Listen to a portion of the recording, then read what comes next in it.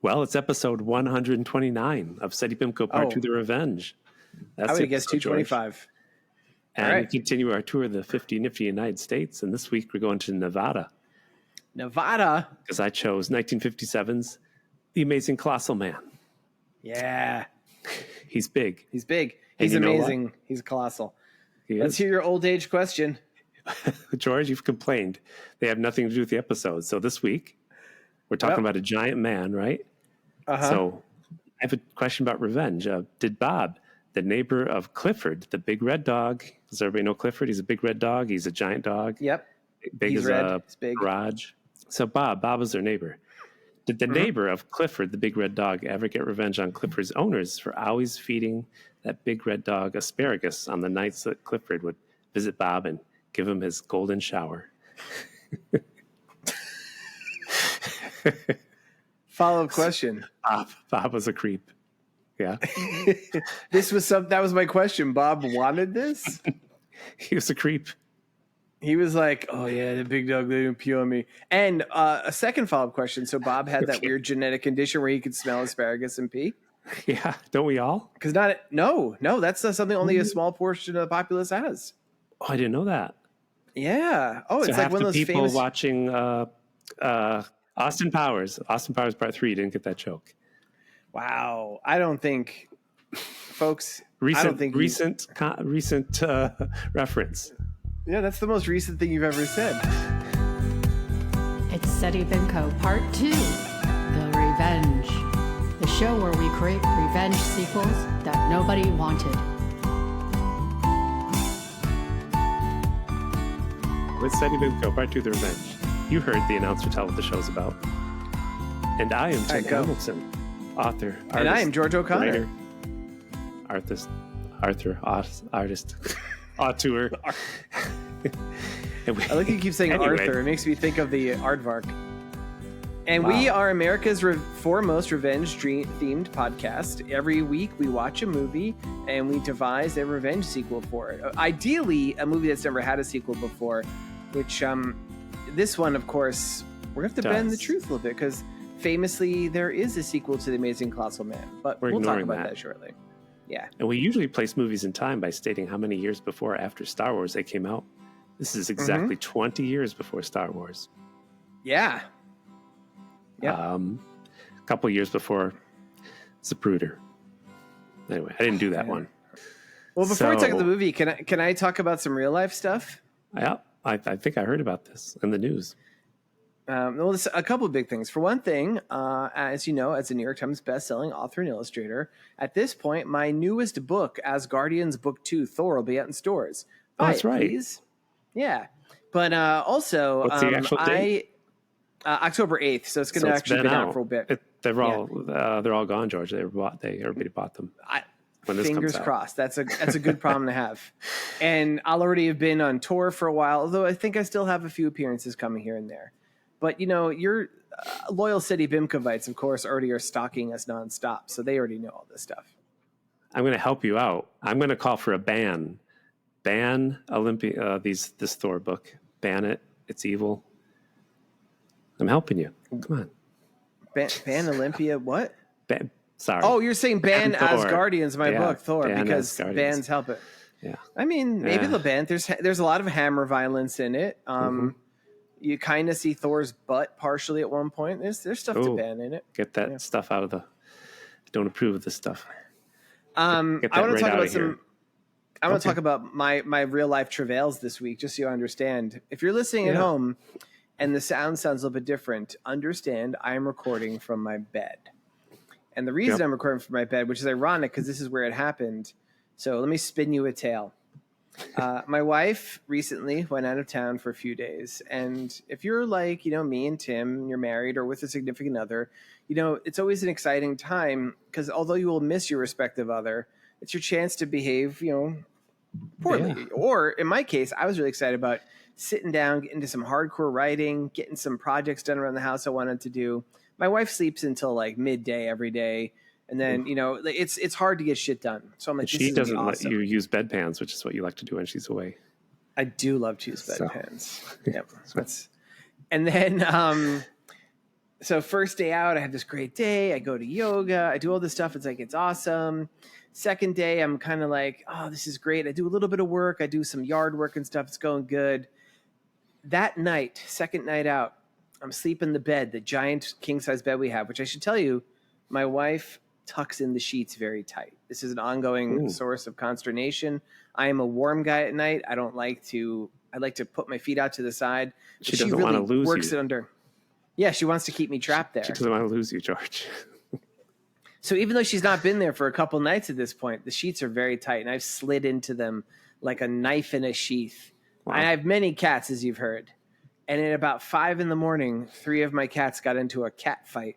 One of them ran right across my face, and I jumped up and swatted all the cats off the bed, yelling. But unfortunately, because the sheets were so tight, I sprained my toe against the sheets. Wow. I don't know how that's possible. Never heard of it.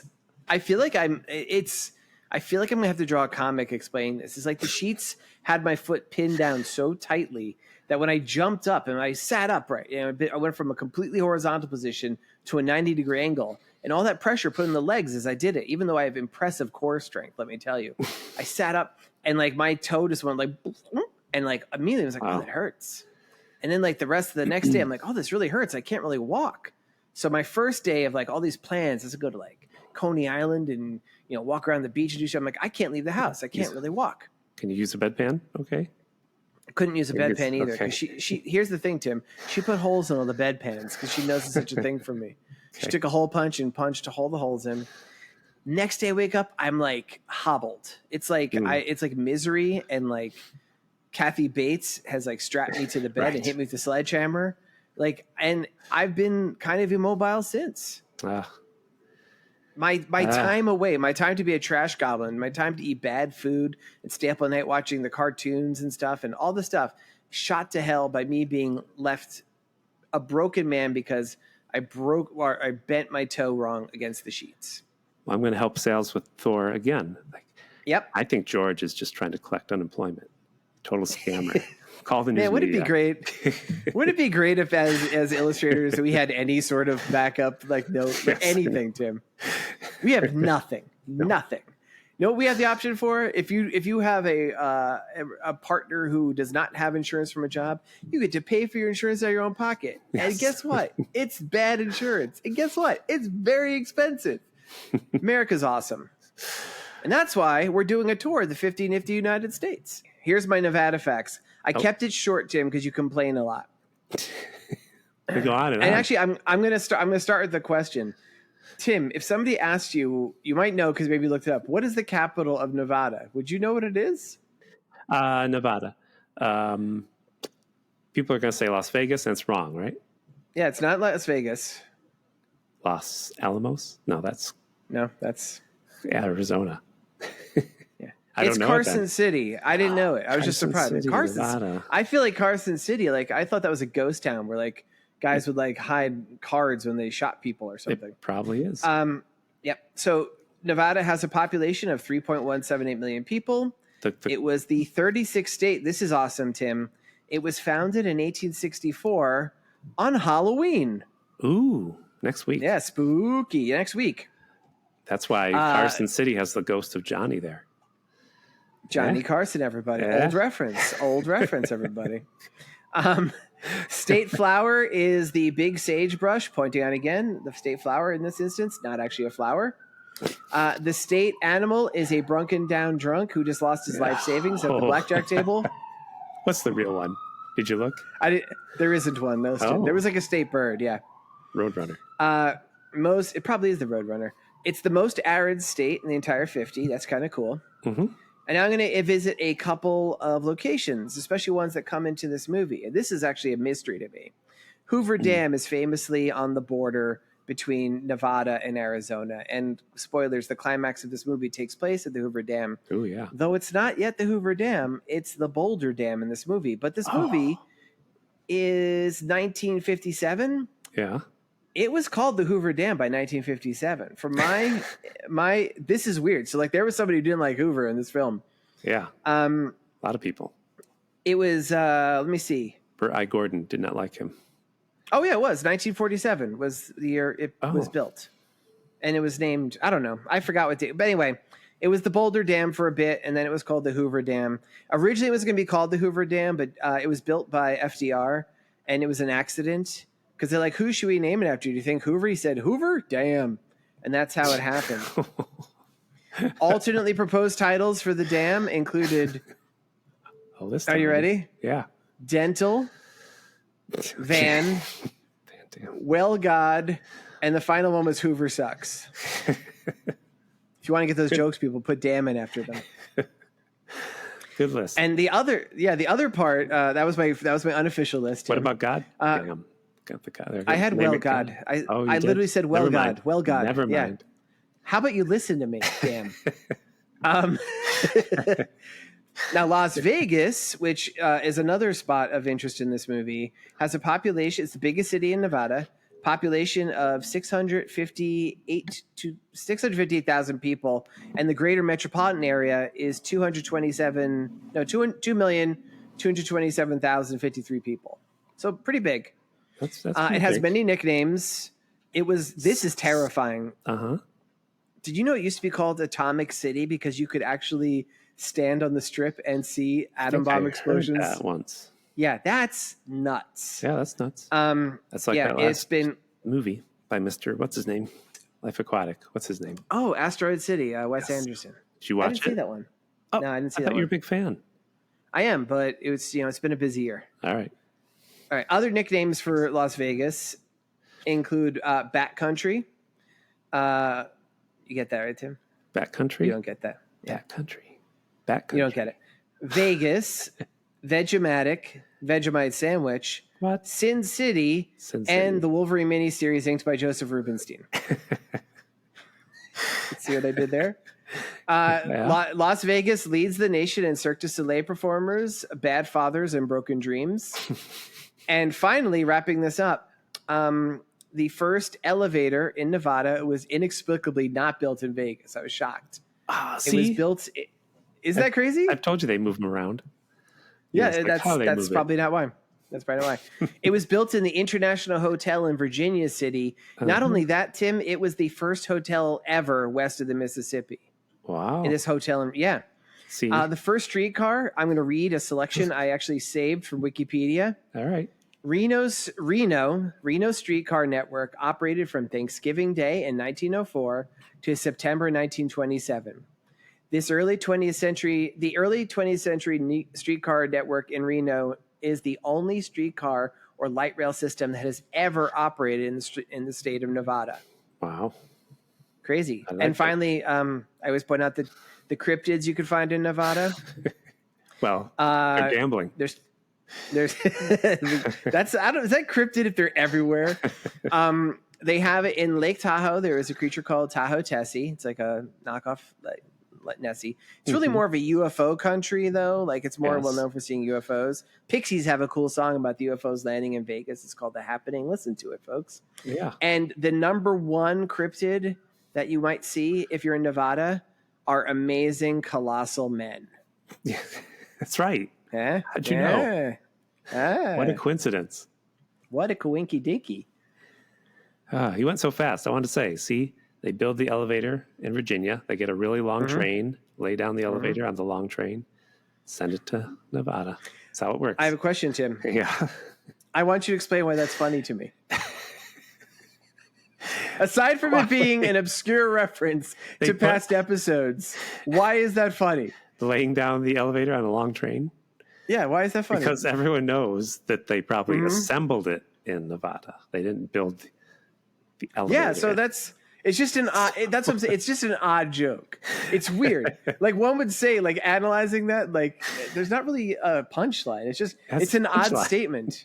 No, folks, I want to remind you, my co-host Tim Hamilton, cartoonist for the New Yorker. Did you check out the flag for Nevada? It's no, that's your territory. A gambler shaking the hand of a sex worker. So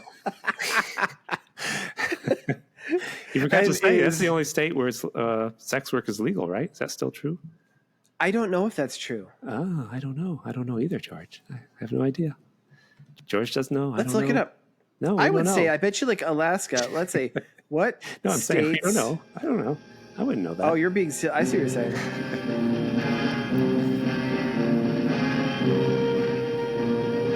Facts. Should we talk about this movie? I have one thing to say before I get in the movie. Maybe I should keep it to the end. I'll keep it to the end. But I put it right here. George, we totally fell down on the whole favorite movie thing. And since next week is Halloween, how about we just name our top 10 Halloween scary movies that we like? There you go. Because I know one of yours is The Shining. Yeah, just name them. Top 10. Okay. Yeah, I'll need to think about it. Because I'm always like, Shining's top 10? I confused by that.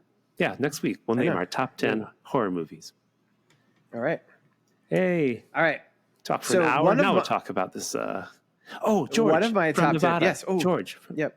Oh, what? Bands from Nevada. And I looked at this. Fish, again, because you say fish is from every state. Imagine Dragons. Have you heard of this new band? Oh, that's why you've been... Have you heard of this band? Peeking behind the curtain, Tim has been blowing up our group text talking about this new band, Imagine Dragons. I'm like, Tim, they're like 12 years old or more. He's like, hey, this is the most recent music he's ever heard. A lot of people don't realize this about Tim. When you're not listening to the Pete Best Duo or whatever the hell, you just listen to cave people banging rocks on logs. Yes. You like music old. Yeah. Anyway, they're from Nevada. Check out their song Radioactive. It's a big hit. I thought of a good task for you to do, Tim. Did you hear how they got their name? Let's see. Imagine Dragons. No. It is an anagram for all however many members of the group there are. Let's say 4. They all had a phrase that they agreed they wanted to name the name, but they wanted to keep it somewhat secret. So they took the letters, scrambled them, and it became Imagine Dragons. Okay. So if you could unscramble that, no, it's true. I looked it up because you have been talking so much about Imagine Dragons. I'm like, I did a little research because I'm like, Tim's going to fucking bring them up. That's good. Well, now I'm going to have to unscramble. It's 2 words, huh? Yeah. No, I don't know if it's 2 words. It could be 4 could words. be a lot. I mean, yeah, it could be 1 word even. I don't know. I am is right there. I am. I'm going to figure this out for next week. What Imagine Dragons. Oh, my God. I am is in there. Yeah. Oh, that probably is. But it's all 4 of them. Is there a we in there? Anyway. All right. So this movie is The Amazing Colossal Man from 1957 by Burt Ira Gordon, also known, did you catch this, Tim? His name is Mr. Big because that's his initials. I didn't get that. Burt Ira Gordon. And it's really funny because this is some of his he's famous for this sort of movie. I'm reading some of his titles for you. Oh, yeah. He's the director and producer of King Dinosaur, Big, Earth vs. the Spider, it's a giant spider. Yeah. Village of the Giants, that speaks for itself. Empire of the Ants, big ants. Hey, look at that thing over there. Wow, it's quite large. That's my favorite one. Yeah. That one scared me the most. He also did a sequel, which we should address, which is an actual sequel to this movie, which is called War of the Colossal Beast. I choose not to acknowledge its existence for its poor quality. I agree, because it's a completely different cast. Yeah. Even the guy playing Colonel Glenn Manning is different because he's got a weird half skull face. He pulled I got some guy named... He pulled a what? Pulled a Back to the Future 2. Yeah. Right? And, oh, my God. They have him hanging upside down the whole time. He was upset in the first movie. Yeah. He sued them, I know. Crispin Glover. For those of you who don't know, we're referring to that. No, I'm talking about the guy that played Manning. Oh, maybe he was. I wanted to just quickly mention this movie I have seen maybe 5 or 6 times before this. Wow. Because this is a very famous Mystery Science Theater episode. Okay. I don't remember. So famous. Yeah, it's so famous, Tim, when they had their official companion guide they printed, like a book, which I own. Mm-hmm. It was called The Amazing Colossal MST3K Guide. Like nice. and I have a personal saga with this. Oh no! So back in the day of VHS, is this going to end up with another sprained toe? Probably everything does. Okay. I was sleeping. I got a sprained toe.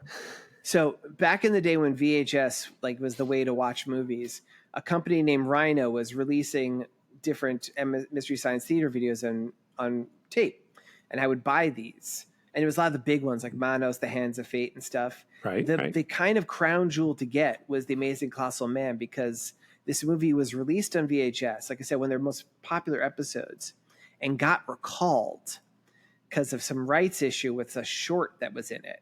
Like, they would often do like old shorts. Yeah. And so it was my holy grail to get a copy of this. I remember whenever I'd go into a video store, like I'd look for like the most obscure video stores, just look for this thing. Cause it was going, you would have to pay so much on the secondary market. And one day I was out in some video store on Long Island and they had it in the back and it was just like normal price. They never returned it. And I bought it. And that's why I watch it so many times. I'm like, this is my pride and joy. All right. You want to start talking us through, Tim? I do. I have a question right up front, actually. Yeah. As you have recently revealed to our listeners, you are a fan of model trains. It's like a kind of obsession of yours. Mm-hmm. The opening shot where it's a bunch of army trucks riding down the road, are those models? I was wondering that too, but the quality is so bad, I can't tell. Yeah, it was hard to tell. Okay, I was wondering if you knew because I figured you would have the tell. All right, that was my question. It opens up with military trucks driving the road. There, boom. Yep, they're going to set off a new plutonium bomb. And these young boys are going to sit in a trench and, And by young boys, they're soldiers, just so you know. They're like 50. Tim, it's doughy middle-aged men. This movie subtitle could be doughy middle-aged men.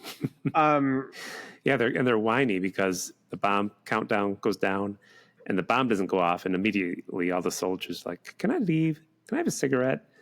Can I set up a funny? That's my favorite part, Tim. I know. They're sitting there. They're waiting in a trench near a plutonium bomb, which we've been told has never been lit off before. Right. And they do the countdown. The guy doing the countdown looks just like Jesse Body Ventura, like facially, not like he's not huge. And they get to the thing and it doesn't go off. And they're sitting there for like 3 seconds. And the guy next to our hero, Manning, he's like, I'm going to go. He's like, no, you can't go. The bomb's will go off at any second. No. And he goes, well, I really want to get cancer anyway. Can I smoke that? He's like, yeah, smoke. So the guy's like, and you know what else this beginning reminds me of, George, right? Oh, man, I know you're going to say it. It's the actual origin of the Incredible Hulk. This right down to... It's just the Hulk. Stan Lee and Jack Kirby need to they need to answer for their crimes. Because it's a bomb is going off. There is, it's instead of it being... hipster Rick Jones going onto the site to play his harmonica. This time it's a pilot. That's definitely a model. Yeah, it's a Farman F.221 5-seat bomber. 221. I don't know if you're being serious. It looked like a biplane to me. But they're trying to call it because the bomb bomber. Is it's definitely not 5-seat. It's the engine's stalling out. Well, on the ground, both Manning and the guy in the countdown booth are like, you got to go back. There's a bomb going to go off. And this person never answers. And they just kind of come down and just like crash. Gremlins had torn apart the radio, George, back then. That would make sense. Yes. It hilariously just flops over like upside down. The worst crash. And, like, as a kid, I hated that crash. Oh, wait. So you've seen this movie a lot too? As a kid. I remember seeing this. Yeah. This was like on late at night. This might be a legit classic, actually. Yeah. All right. And so they're calling to him still, and like Manning, who is our hero, quote unquote, he's like, I can't even tell if he's alive or dead. I'm gonna run out and get him. They're like, Manning, don't, you mad fool. Mm-hmm. And he runs out and he kind of like, it looks like because they couldn't have him get to the plane. Yeah. He's running and he could never us. get to the plane because the plane was actually like, the size of like a shoe. So he was running right at us, George. That was a reference to the classic French film where the train comes into the station right at us and everybody panics. That explains why, as I was watching this last night, why I flung myself off my bed in fear, thinking he was going to come through my computer screen. And you know what? I sprained my other toe. You know what, George? You're lucky. Pet cats. If you had pet chimps and they got in a fight in the middle of the night, you know what happened? They'd rip your face off. If I had even if I had one pet chimp, I wouldn't be dead. I'd look like Skeletor. You would. So he runs out there and stops and poses for the explosion, just like Bruce Banner. Man, I will say this. Glasses on him. You'll say it, yeah. Well, the actual blast part I thought was pretty fucking cool. So Glenn Manning, he's in a soldier thing. He runs. He kind of like loses you see, like, it's like he kind of loses his courage halfway, and I guess he could tell the Bonzo to bluff. He throws his armor from his face, yes, and they just have the screen, like, they just have sparklers just light up really quick. Yep. And they just cut the film and, like, yeah, because one scene he's got clothes, he's, like, next scene he's shredded, just shredded rags, and all his hair is gone, and he's burnt to a crisp. And like, whoa, it is actually pretty cool. Yeah. Then we meet Carol. Yeah. I will say I'm actually surprised at the fact that even though I'd seen this so many times, I kind of forgot that he gets like the massive 3rd-degree burns everywhere. Right. Gets wrapped up in the hospital, and we meet Carol, who's his fiance, and he's just wrapped up like a mummy. And they're like, yeah, is he alive? And they're putting this weird shit on him that's like, it looks like Brillo pads, and then they're wrapping him in bandages.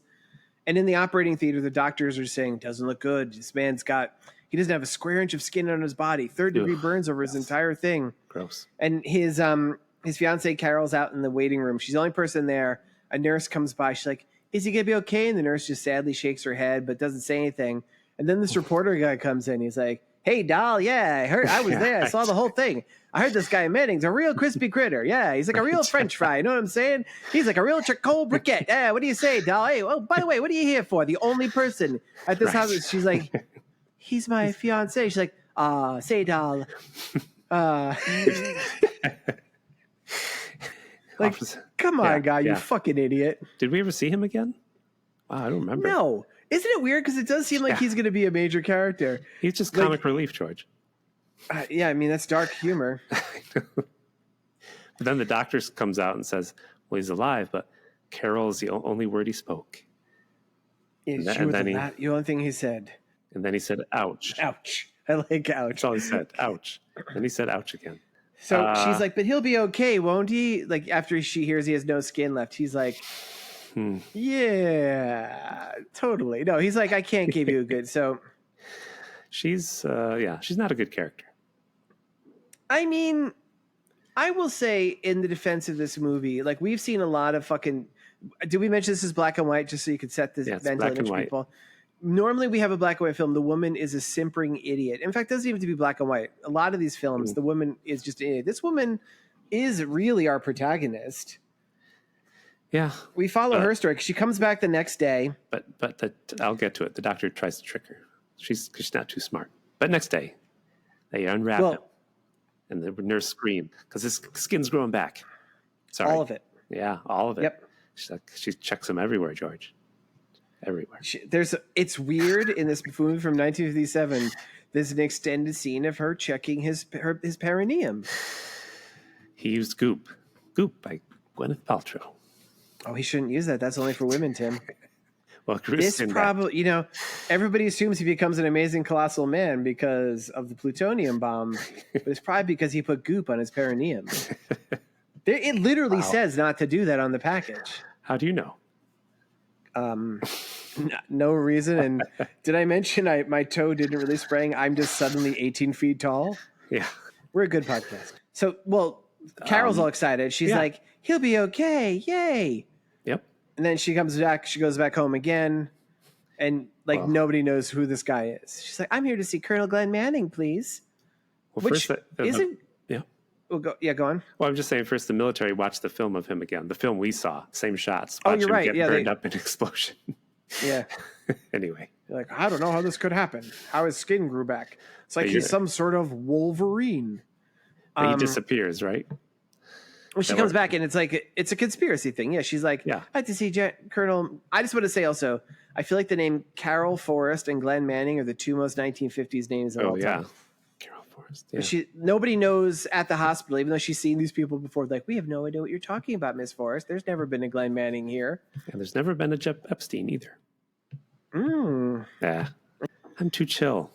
Chill tonight. Oh, we all know what chill means. It's code. All right. Oh, when she drives to the hospital, by the way, George, I did notice, I think it's a painting. Wouldn't it be cheaper to just film a hospital? So this is a funny thing about this. Because I did read a little bit about Mr. Big, the guy who makes these films. Uh-huh. His big thing is he uses rear projection for everything. And that's what all his movies are about, giants, because he films normal sized things on scale against giant things. So like every time you see somebody drive in this movie, it's either footage or a painting behind them. all the special hospital. effects scenes. Yeah. Did the giant man walk in front of the hospital ever? That's why I was wondering why. I think this was just done really cheaply in a All right. in He has a painting studio of a hospital somewhere, like on his wall. Yeah. Here, use this. I mean, I'm sitting here in my bedroom. I have like 5 or 6 hospitals in my wall. I know. Me There's too. General Hospital. There's St. Elsewhere. Give me some more hospitals. St. Alicia's. I already said that. St. Elsewhere. Tim. Wow. Tim, you don't listen to me. The Mayo Clinic. Oh yeah, and then there's right next to the mustard clinic and the ketchup clinic. All right, let's move on. Wow. Yeah. So how does she find out? She gets some information about the second location they moved into, and I don't remember how. I actually got sucked in and didn't write down how. Well, she gets by the front gate, and then she fools everyone because they're easy to fool. Oh, I remember actually. Yeah. She actually shows a little bit of sneakiness. The nurse who's like not catfishing or what's that term when you lie about something? They're ghosts. They're gaslighting. Gaslighting, that's the word. And ghostlighting.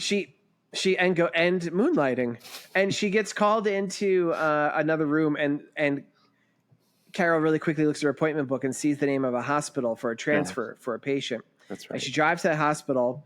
She gets there, and like she kind of charms the gate guy, who's like, "Yeah, you could go speak to the head of the whole military base. Ain't nobody here." And then somehow she gets into a room. She sneaks around in the hallway, and finally she gets to the room where he is, and she screams and faints because he's at least 12 feet tall. He's so big. And he's sitting on the toilet. It's terrible.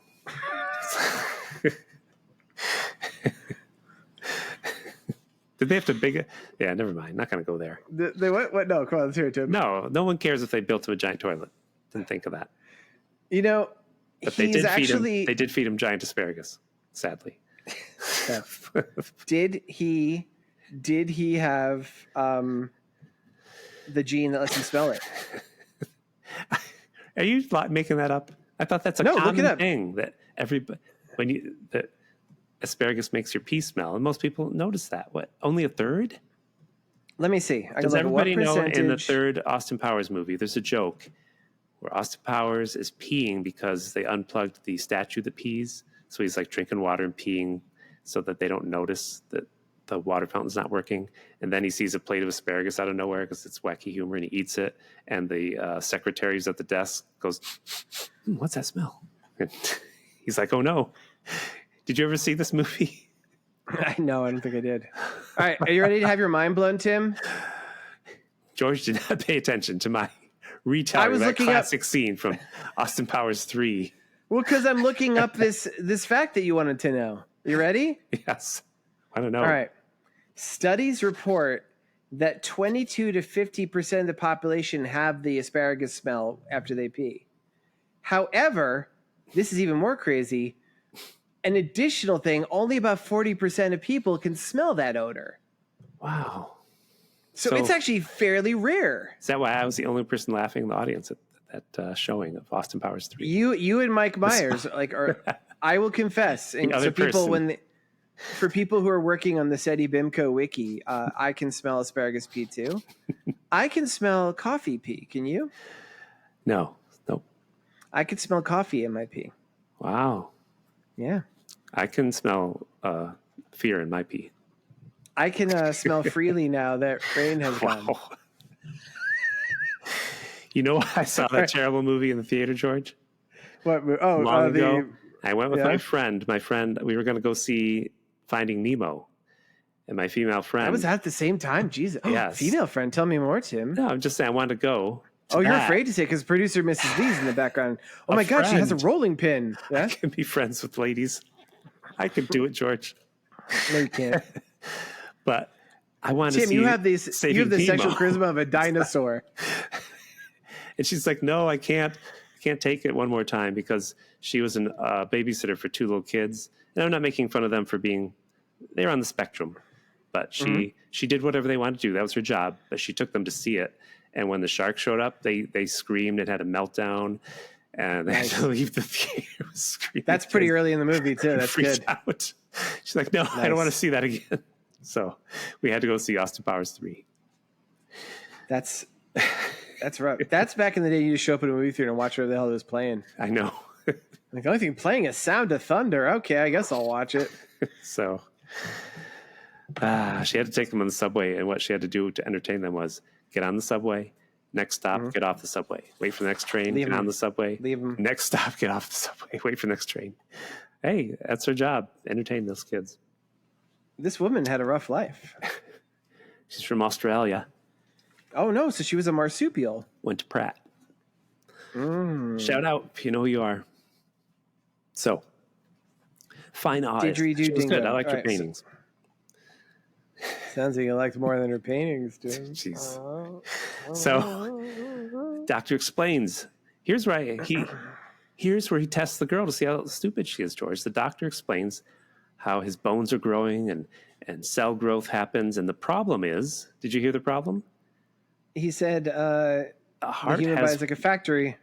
But your heart has one cell. And she's like, okay. You didn't hear that part. That's later. Oh, You're jumping ahead. But yeah, this movie does say, like, later on there's a problem as Colonel Glenn Manning continues growing.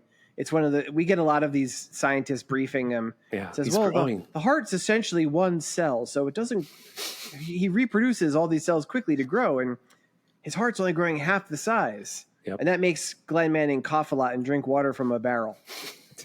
Let's describe him, shall we? So we learn he's growing 8 to 10 feet a day. As a kid, I didn't like how he looked. I just didn't like him. No, all right. So it's such a choice. It's such a fucking choice to what they made. So when we first see him, Colonel Glenn Manning, he's got like dark hair. He looks like a relatively normal guy, like a 1950s looking fuck, but like a normal guy. When he gets hit, he's completely hairless except for his eyebrows and his eyelashes. Yeah. And he has smooth skin like a porpoise. A giant baby. Or he looks like and he's wearing what they call a sarong, but it's just a fucking diaper. It is. So he's this giant, smooth-skinned, bloated, puffy man who looks like a giant baby. I wrote a couple things that he reminds me of. He looks like a giant Yul Brynner. Yep. Mm-hmm. Yep.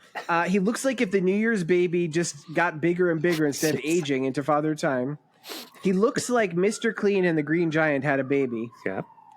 And he looks like somebody took Billy Zane and left him in water and he became bloated. Right. His skin looks like that baby hippo everyone's going nuts for, Moo Dang. Right. It's like taut and like, it's just, he's so smooth. Do you think he shaved his head? It looked like he did.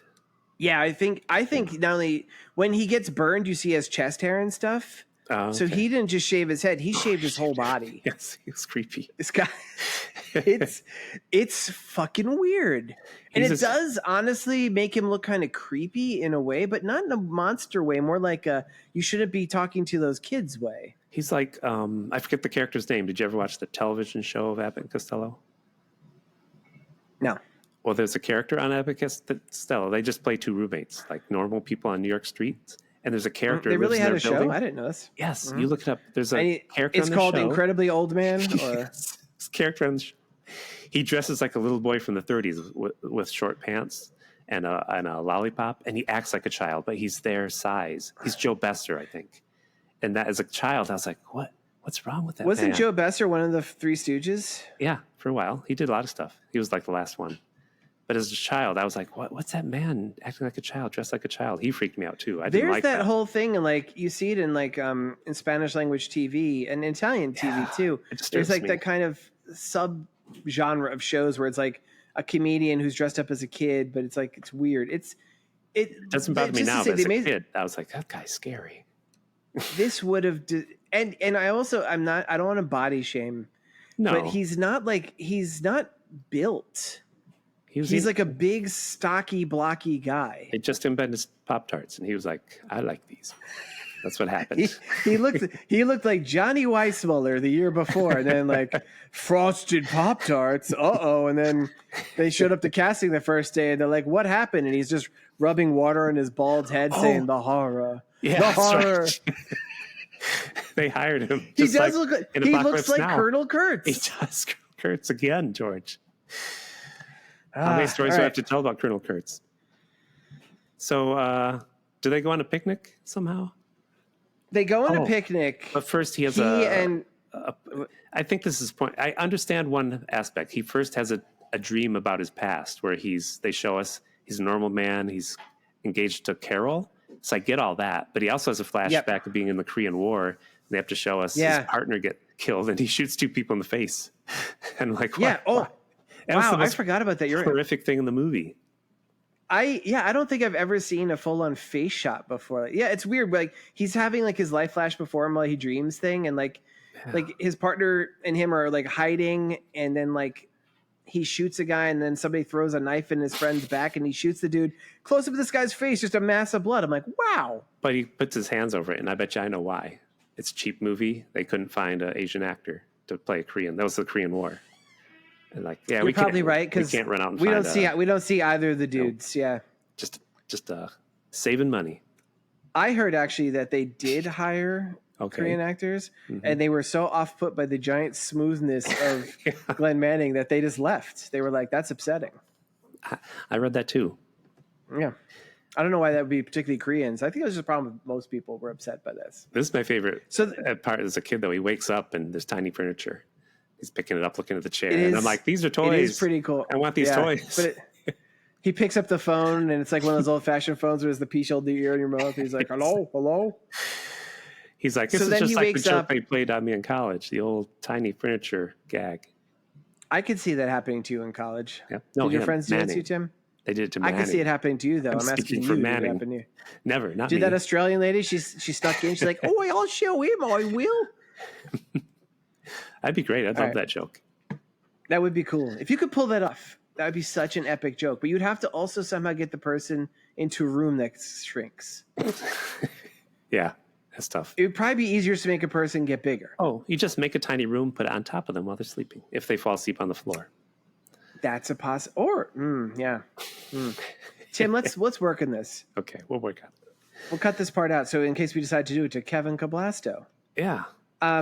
So he goes in. We do see his picnic that he has with Carol when they get engaged, I guess. And then they go on a picnic now that he's big. And at first he's like, yeah, he is a mopey guy. Now, granted, at this point he's like 18 foot tall. That's gonna be rough. He's wearing a diaper. He looks like a human walrus. It's rough. Gene always tells me when my diapers look bad on me. That's good. And she's all sitting on the edge of the car trying to cheer him up, and he's like, "Don't you get it? I'm a freak," and stuff, and blah blah blah. Right. And then I don't know. We go back, and the scientists are working on how to make him small, and I think this is maybe when we get the heart thing. Actually, they're saying the heart is smaller because then there's a scene where he is inside his room, which he's now much bigger, talking to Carol. Mm-hmm. And, his heart hurts now, so he keeps coughing and drinking water out of a giant barrel. And he has a line. And her hair goes whoosh. And she steps backwards and falls over. No, I'm just. Oh, that would have been. I'm like, that would actually be a really good thing if they did that. Slobber on her face. Then he says, as he's complaining bitterly, "What sin can a man commit in a single lifetime to bring this upon himself?" Tim, I got a list? Okay. I have a list. It's a top 10 list. You ready? Oh, 10? Wow. Yep. This is what sins a man can commit in a single lifetime to bring this upon themselves. Okay. Number 1, try to save a pilot. Oh, well, that one's obvious. We saw that one happen. Yeah. Number 2, host a quote-unquote comedy revenge-themed podcast and then talk incessantly about the Zapruder film. I knew that was coming. Yep. Number 3, fill your giant diaper in polite company. That's pretty. Number 4, eat all the cream out of your mega stuffed Oreos, but leave the cookies behind. Yeah, that's a sin. Yeah, that's bad. Number 5, wear sandals with socks. Shout out. Number 6. Bob Liefeld. Wow, that's obscure. Number 6, kiss your long-lost space princess sister right on the mouth. Ooh.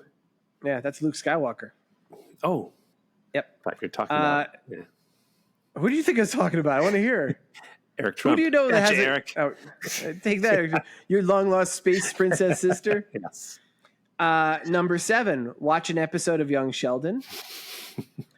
Number 8, create a Canadian superhero team based on broad Canadian stereotypes and have one of the characters be based on a hockey puck. Ooh, shout that out. Is a sin. Yeah.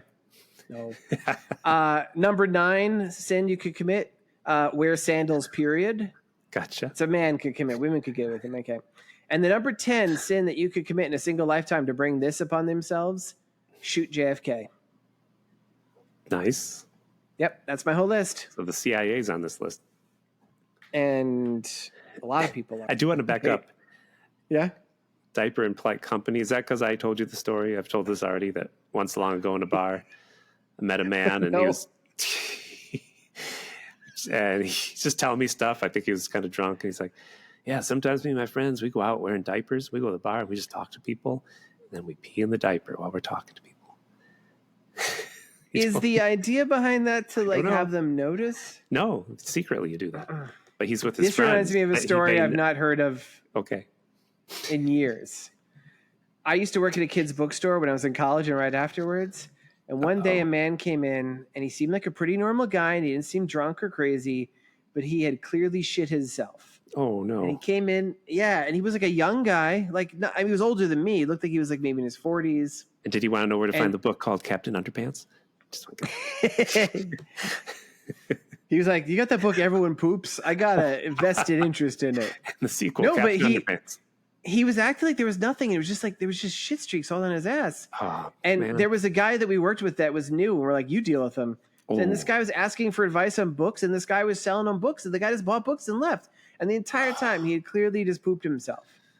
Wow. Well, no, I should say not just pooped himself. It was kind of dried. So he'd pooped himself sometime in the past, but it had not been cleaned and it stunk really bad. Oof. Wow. Yep. Yeah. You better get to a Starbucks and take a bath in the bathroom. So you better not watch an episode. Yeah. I hope he didn't do it in polite company or he's going to turn into a colossal man. Wow. We've really gone down the diaper path. The movie stars a big, smooth, bald man wearing a diaper. I'm sorry. It's going to happen. So I don't know where we are here, but we're in the laboratory. They're doing experiments on bunnies to fix them. They got all the Bunsen burners, just like the Muppet Show, same set. Yep. Stuff. They find they're trying to work in a way to stop his cells from growing. They're trying to work in a potion that will not return him to normal size, but at least it'll arrest him from growing further. Yeah. Oh, George, they have another picnic. And is it the teddy bear's picnic? No, it's when they eat. She eats in the tent. He lives in the circus tent now. Sorry. Yeah. And maybe I jumped ahead of you, but Manning does say, my college yearbook said, man most likely to reach the top. And he goes, oh. And then he coughs and drinks a pail of water. Is that when he punches the top of the tent too? Yes. You can tell, like, don't break that tent. We don't have another one. It's just held together with balsa wood and paper. This leads to a little list I have. Oh, let's hear. His high school yearbook said he was most likely to shoot an enemy soldier in the face. In the Korean conflict, which hasn't happened yet, but will, trust us. In his grade school yearbook, he was voted most likely to wear a giant diaper. Yeah. And his preschool yearbook said he was voted most likely to one day say, we're going to need a bigger diaper. Nice. Well done, Tim. That's a good list. I got the Indianapolis in there. Yours was good, too. I'm positive. Thanks. I'm Positive Joe today. Positive Joe. Positive Joe. I'm going to cut some stuff out because there's just a lot of shit that happens, right? We talked long. They bring but it's good. It's good stuff. I like when he eats little chickens. Where did those chickens come from? The guy delivered them. He's eating. Remember? No, but there's a scene when the part where he's getting kind of violent and he's talking to the soldier in a circus tent, like, look at me, I'm a clown. He's eating a drumstick. And the drumstick, no, man, he's got a drumstick in his hand. The dude is like 50 foot tall. I'm like, what the fuck is he eating? An ostrich? I guess so. It's a cow. It's a person. He's probably eating a person. That's what the guy's so freaked out. And the soldier. Okay, Colonel Manning. That soldier's like getting scared. And he brought him a newspaper. And Manny. His name is Manning. Manny. He was happy to read the Lockhorns and the newspaper, George. And he was very excited about the new comic called Penis Comics. And the sergeant says, no, sir. You just can't see because you're so big. It's called Peanuts. That's why he goes that's why he leaves and goes on a rampage. He goes on a rampage. Yeah. So I am going to cut some stuff because we talked long, but it's good stuff we want to keep in. So in addition to his heart problem, Yeah, we learn cell. that's going to make him lose his mind. Oh, yeah. So he's going to eventually become a monster. Now, at the same time, they're just days away from, they figured out a way to make him stop growing taller. And they've had success in shrinking elephants and camels. And a camel. They shrink them down. Yep. But then, just as this happens, a soldier walks in the room. It's Carol and these two scientist guys whose names I didn't bother remembering. And they're like, Colonel Manning, we can't find him anywhere. Yep. So they do a 10-mile radius search. A couple drunks see him. And one of them goes, well, I thought I'm never going to drink again, because you got to have that joke in there. That's right. He's sitting on the road, and they got some comic relief. Yep. This drunk guy. We get reports that like lots of cows are being missing because people are he's eating cows. So you say, I want to see into that. Yeah, I do. Just eating like raw. eating a raw cow. So this is my favorite detail of this entire movie. They are setting out all these teams, and they're all in helicopters, and they're all doing like the whiskey tango foxtrot sort of stuff. So it's all these funny words. And the doctor knows how to fly. Yeah. Oh, the doctor doesn't know how to fly. But they're looking for him, and they have made they have the serum that will stop him from growing. Well, they look for him once, though, George. I know you're trying to cut things out. They look for him once without the needle, because that's. I thought this is your favorite part, where Carol goes, "Doctor, you know how to fly a helicopter. How come?" And he goes, "Well, I wanted to know how to, and I learned how to." It just says something. You remember that? No. That's his explanation. She goes, "Oh." That's the screenwriter was very distracted at that moment. Yeah. Like he was about to go to lunch, or he had to smoke a cigarette real quick. He's like, because I wanted to. It's funny he got lost in the desert, basically, George. That's funny. Manning, as a giant, he's lost in the desert. Oh, they do mention that they're able to track him. It seems like he's wandering around listlessly. His church voted him most likely to get lost in the desert. Was that in the yearbook? No, never mind. Was it for 40 days and 40 nights? Is that how long was Moses in the Israelites? 40 days and 40 nights. No, that's how long the rain was for Noah's flood. I think they were in there for years. Well, he was out there eating cattle. It's funny he was eating cattle because the Boy Scouts voted him most likely to slaughter cattle, especially after he won his cattle slaughtering merit badge. Oh, he won it too. Didn't just earn it. He won it. He won it. There you go. We're going so fast. So I'm just trying to get to the good part. I know. What's your favorite part? George, tell me your favorite part. They take the stuff to turn him to stop him growing, not to turn him small. They need to work on that. And they put it into a giant hypodermic needle with giant fucking finger guards on it.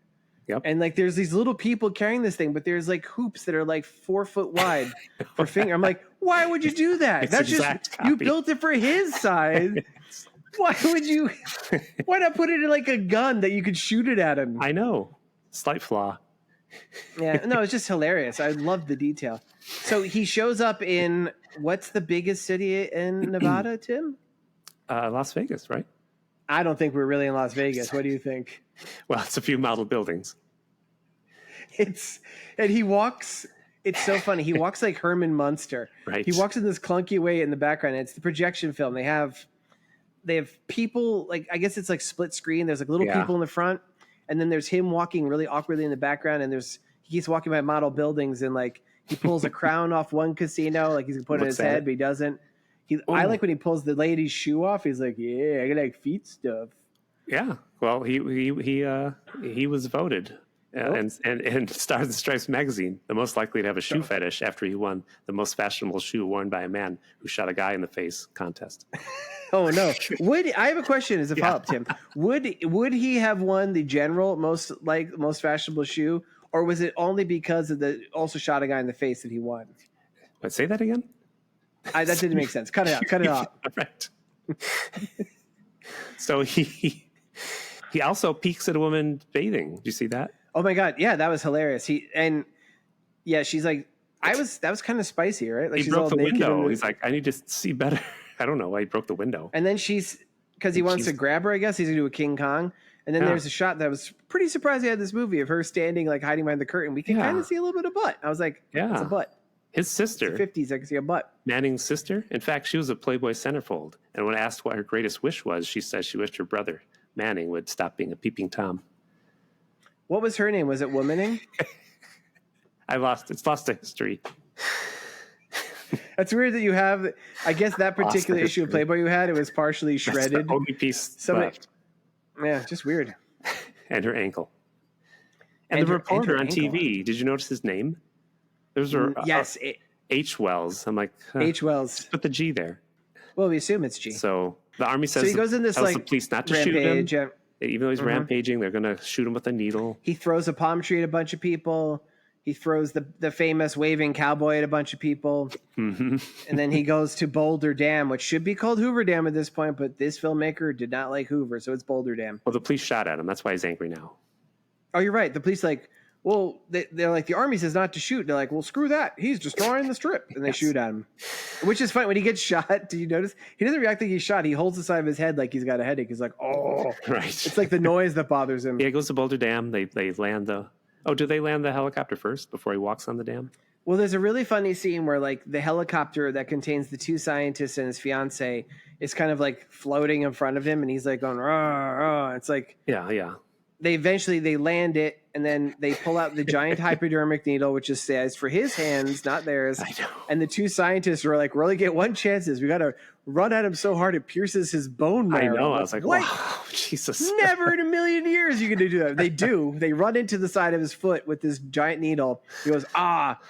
He picks up the needle, which is just perfectly sized for him, and holds it like a dart in a bar and throws it right into one of the scientists. I'm like, yes. Yes. The scientist, not the doctor. That's Carol's new boyfriend.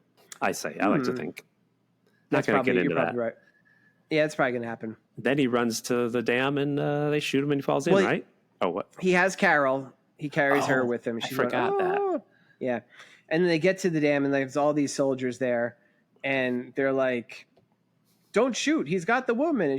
And Carol's like. Well, they're all saying, put the woman down. And she talks to him and like, what's his name? Fucking Lionel Manning. What is it? It's not like he's just Manning, Colonel Manning. Colonel, but what does she call him? She's not gonna call him Colonel Manning. Honey buns. Big Manning. Glenn Manning. Glenn, honey, I know it's hard for you to understand, but please just put me down. And we have a close up of his big smooth face blinking. He puts her down. And the second he does, the army lights up on him and he falls over the dam into the river below. Interesting, George. Mm-hmm. Interesting. Fay Ray, who loved King Kong, said, "No, don't put me down. They'll shoot you. No, don't put me down." Remember? And she's like, "Hey, fuck you, Manning. Put me down."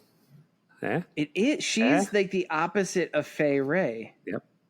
Just she's like George. So I like that. That's the end, right? They fall. He falls in, and they say, "Beauty killed the beast." Proper 1950. No, they don't even.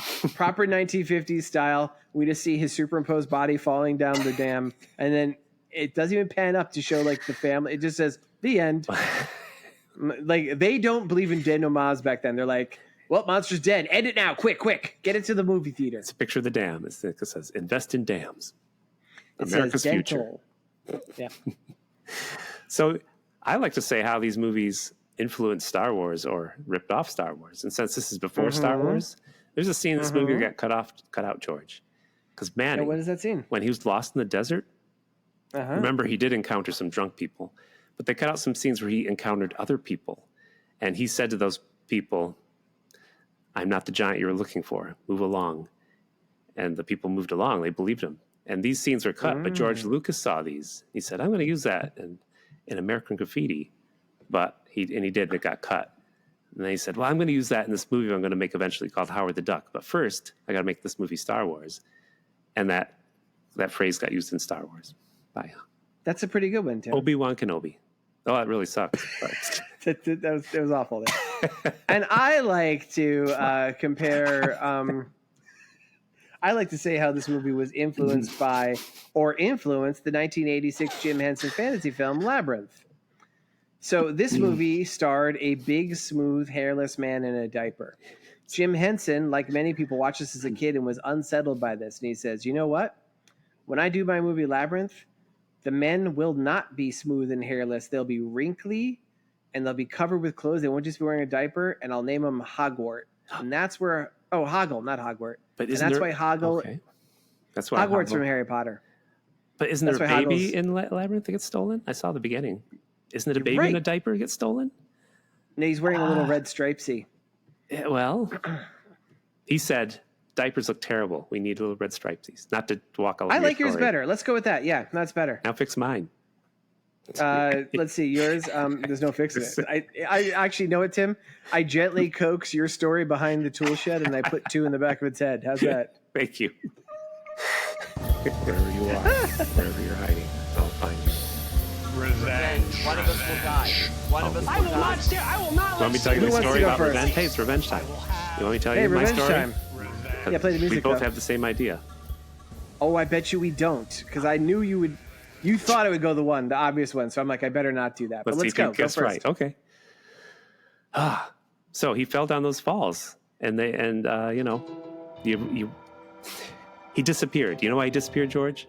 Into the thin air? Well, he's a giant, George. The Smithsonian swooped in with their crack team of giant nappers. So quick. Is that what you thought? No. Okay. No. Okay, well, he flew this giant man back to their secret headquarters in Washington. As we all know, any evidence of biblical or non-biblical giants that walk the earth must be secreted away and hidden by the Smithsonian, if our listeners don't know this. So, this sequel, we're going to fast forward to the year 2038 or so, and Tom Cruise is getting ready to make Mission Impossible 23 in Rome, Italy. But he's starting to What's age. his big stunt in this one? He's going to jump from each statue in the Vatican to each statue on a rope like Spider-Man would do. I'm going to say he's going to trip down the Spanish stairs and roll the whole way. Yes, just like Jerry Lewis. Just like Jerry Lewis, he'll go down steps. That's a famous thing Jerry Lewis does in a movie. He falls down some steps funny. Listeners, if you're familiar with the works of Jerry Lewis, please write to us at Seddy Bimco with an E at the end at gmail.com. Holy shit. So he's aging despite all his possible plastic surgery and all the powers that Scientology gives him. You know, he's still aging, and he finally wants to be tall, a tall leading man, because he's like 3 feet tall. I don't know if people know that about Tom Cruise. And he heard about this. Yeah. He was a munchkin. Yeah. And he almost hanged himself. Oh, jeez. Now we're going to get sued. So, supposedly. So they heard about this colossal man, and he and his cohorts from the Church of Scientology break into the Smithsonian HQ to retrieve some DNA from this colossal corpse. So he and John Travolta and Elizabeth Moss and Lisa Marie Presley and Nicole Kidman, they all break in. Will Smith? And Will Smith, all of them are there. And a great battle breaks out between Tom Cruise and his Scientology army and the Smithsonian super guards who are armed with swords of angels. But little did Tom Cruise know, the Scientologists were being trailed by the Catholic Church. And they let them, and the Catholic Church let Scientology break in so that the church could break in, and they could swoop in and get this biblical giant, this colossal man. And they put him in, and while Scientology's fighting with Smithsonian, the Pope and his people takes the giant to the Vatican on their plane. Is it the young Pope? Yes. No, it's an old Pope. It's like, okay. Put some glasses. No, I'm not lost. You're literally just reading this. Why are you having such a hard time? So Tom Cruise gets angry. He punches the floor and breaks his hand. He's so angry. Nice. And so the Pope, he's only 4'3". He's been getting shorter and shorter for years due to inbreeding of the popes. And he injects himself with the colossal DNA and becomes Amazing Colossal Pope. And he starts to destroy Rome because he's losing his mind. And Tom Cruise is like, no, you're ruining the set where I'm going to film Mission Impossible 23. Wow. So Tom Cruise, his hand is broken.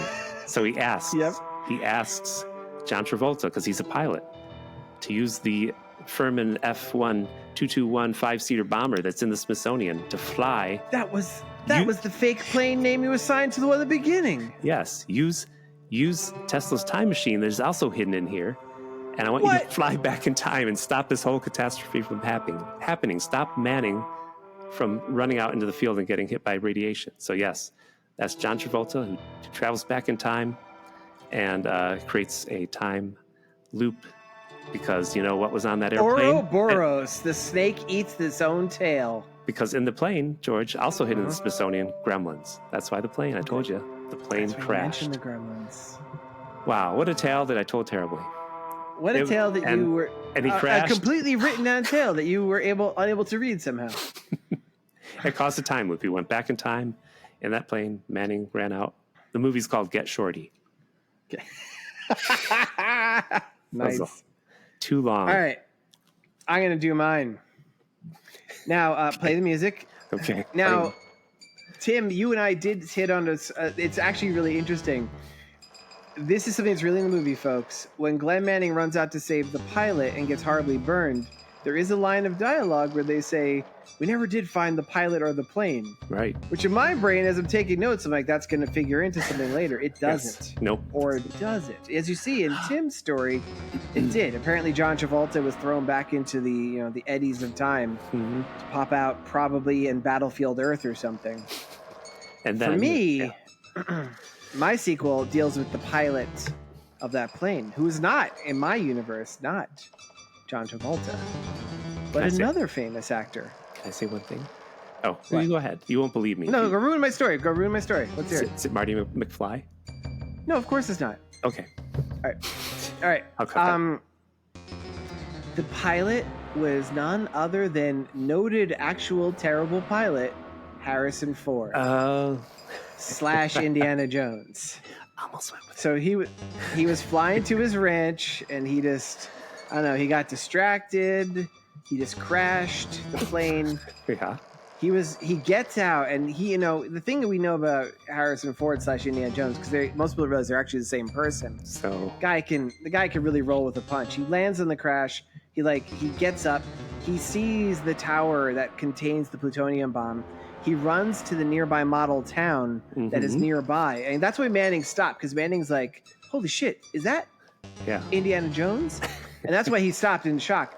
But Indiana Jones gets to this town. He finds a lead-lined refrigerator. He gets inside the refrigerator, and when the plutonium bomb blows off, he is thrown into the next city or next state, but he's fine because he's Indiana Jones. He's also protected from the harm. How do you open that from the inside, George? You can't open those refrigerators.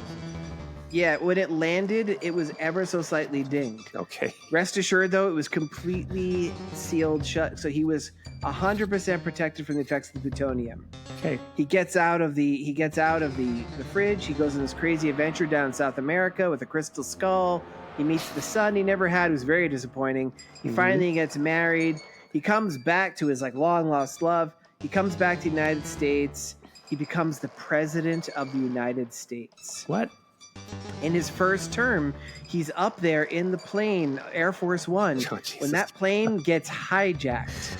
And because he's a tough guy, he fucking fights. He goes, "Get off my damn plane." And he's fighting them, and he actually threatens to fly the plane himself, and the terrorists realize they don't want to die that way, so they'll grab parachutes and jump out to safety. And he is hailed as a hero.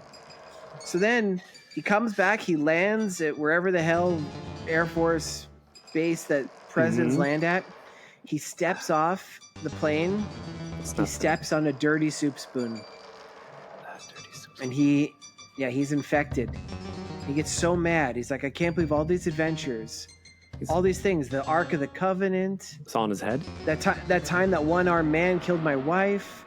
That time I flew the Kessel Run in 12 parsecs. The time when I was maybe a replicant. All those adventures. And my wound comes from I step on this dirty soup spoon. He can feel the infection taking place.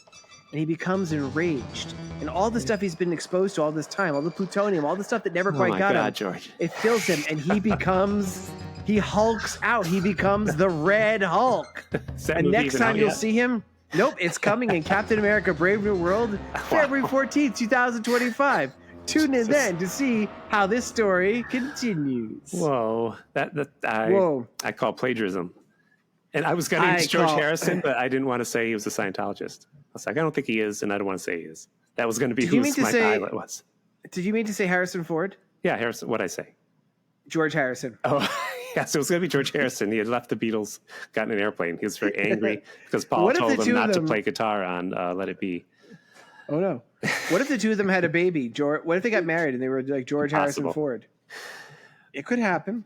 But I was going to use him, but I didn't want to say he was a Scientologist. I was like, well, John Travolta, he's a pilot too. When you see a plane crash, you think Harrison Ford. And it's also going to be Marty McFly because he's going to be, "Doc, you tell me about the time machine out of a Farman F-12215C bomber." I love that you jumped to the idea I was going to do Marty McFly because your story involved time travel. And you're just like, well, of course George's will too. Why would it? That's what I thought you were going to do. No, that's you. No, it's you. You love Back to the Future. I hate it. You hate it so much. Tim, do we Next get any week. mail? Update, no mail. Bah. All right. Just some spam So next mail. week.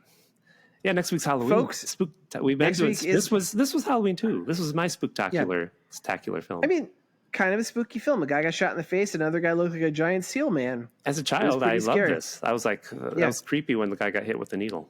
But most creepy was the giant baby man.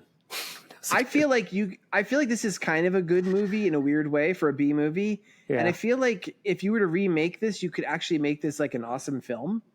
Yeah. Like with some little tweaking, like it's better film. It's not better than a Seddy Bimco film, but it is a very good Seddy Bimco film. No, you just call it Ant-Man. And it is kind of like Ant-Man or Giant Man or Giant Man. So next week is Halloween. And I actually wrote to Tim earlier today because it's my turn, and I wanted to get special permission. As you know, we've been on this tour of the 50 Nifty. We did take one variation where Tim did the U.S. Virgin Islands, but that's a U.S. territory. So I wanted to at least obey that much. So I went and checked out this film, and under filming locations that were listed on IMDb, it does just say plain old United States of America. So I'm like, all right, this is a movie that speaks to the Halloween in all of us. It speaks to the America in our 50 Nifty United States tour. This is the most perfect movie to do for Halloween. Are you ready for it, Tim? Well, you've really built it up, so go ahead. We are going to do a revenge sequel for Halloween 3, Season of the Witch. Oh, some people like that movie, but it's not good. Yeah, that's the non-Mike Myers installment of Halloween. I know. Do you remember it being good? No. It used to be on HBO all the time when I was young because they obviously didn't have to pay much for it. All the time. Anyway, I'm excited. Tell your friends to listen. You can follow us on all the socials except Facebook and that nasty Twitter. And I usually do a drawing. You see George's drawing last time? He did Mitch O'Connell for his story, and I'll do a drawing for my story. Mitch McConnell was the devil. And if you want to draw George's story, call in about George Harrison leaving the Beatles and going back in time when he got mad at Paul. Tell him to play guitar. Don't play guitar on my Let It Be.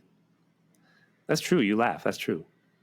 I know. I know because you've told me. You mentioned this a lot. Well, I watched that HBO show. Yep. That like 8-hour miniseries of like just like, Paul, you're a big asshole. Yes. Uncomfortable. You didn't watch it? No. There is one part where you can tell they're all annoyed with each other and just sitting around there. The phone's ringing. Better get that, Ringo. Get it. Get the phone, Ringo. The phone is ringing. Get it, Ringo. Ringo's I'm a person who enjoys the Beatles, and I feel like watching them during that time would stress me out. Yeah. All right. I feel bad. You feel bad. I feel bad. That was an amazing show. Right. Amazing show. And George will be here next week. And I know by this time I was a guest on, or I am going to be a guest on the movie mixtape. I'm not sure. Oh, that happened. Yeah. And I was just a guest on the podcast Jacked Kirby, where we discussed, among other things, Jack Kirby and Seddy Bimco. George just talks half the time about his hurt toe. And I do tell a more extended version of my hurt toe story if you want to hear more about my sprained toe. Because he stops midway to use his bedpan. All right. Goodbye. Bye, everybody.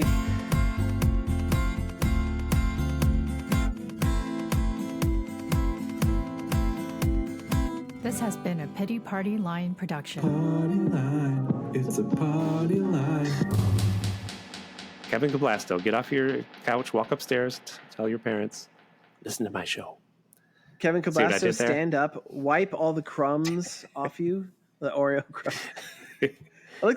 We've reduced our co-host to like just an Oreo eating monster. That's all he is in the show now. He eats the insides and he throws the cookie part at his significant other. That's what they do for fun. If he's not careful, he's going to end up becoming an amazing colossal man to pay for his sins.